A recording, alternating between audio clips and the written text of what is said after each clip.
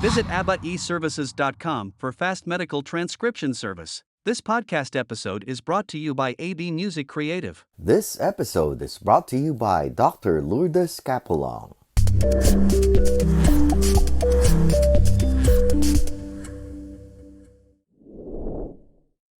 You mentioned behavioral therapy. That's what you do with kids in school. I was doing that, and So there was a day job. yes, and I'm currently also doing home care for kids with autism. So I do both. Why are you leaning toward kids? I think subconsciously, it's crazy. Like my mom is a teacher, but she never pushed me to pursue the educational field. But when I graduated Cal State Fullerton with the human services degree, my first job right in 2010 was working with adults with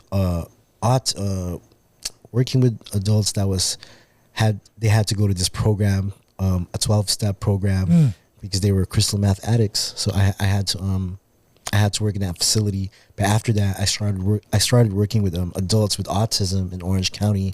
So that was my introduction. Now, lost my job in 2009. A car broke down. Started taking the bus. Started becoming late. Wait, all in one season. Well, in 2009, because I graduated college, moved back to Oxnard for 1 year. Didn't really like it. Moved to Orange County for 1 year. I did have a job doing a day program for adults with autism.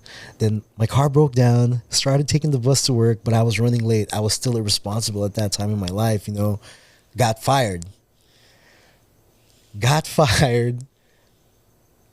I didn't want to move back home to mom. So, to be honest, for that next 2-3 months, I considered myself homeless. I was either sleeping, crashing from couch to couch, Couch or surfing, or crashing in my car. Right. There'll be nights I'll just be in my car, town to town, city to city, sending out resumes looking for a job.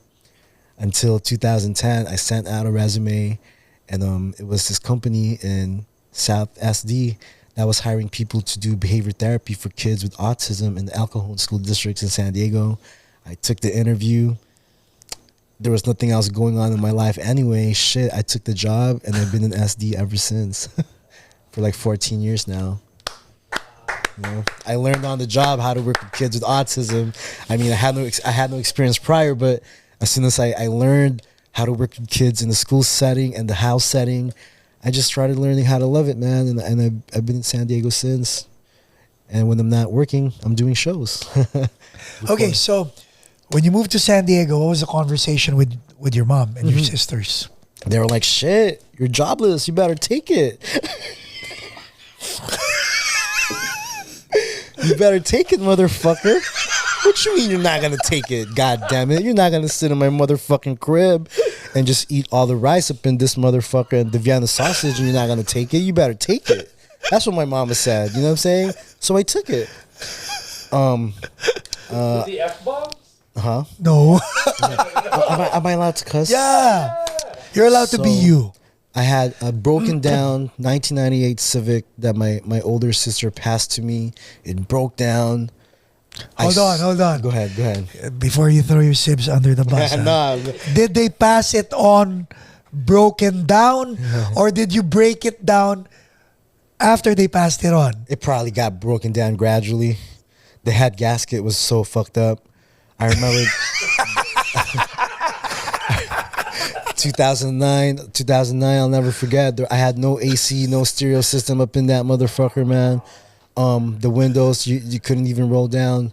And then by the time I had to like really move to San Diego, I didn't even have a car that was working. I would take the train there. I sold that Civic for $500. And then that $500, I made that shit last until my first paycheck. And I got a room for rent in South SD. And from there, dog, I've just been in San Diego hustling, Major reset, right, Marlon? Major that was a reset. chapter. That was crazy. I can't believe that. Let's talk about that. Let's talk about 2009. Crazy hard times. Yeah. But I've been through it, man. So looking back at 2009, that was a humble moment in your life, right? Shit.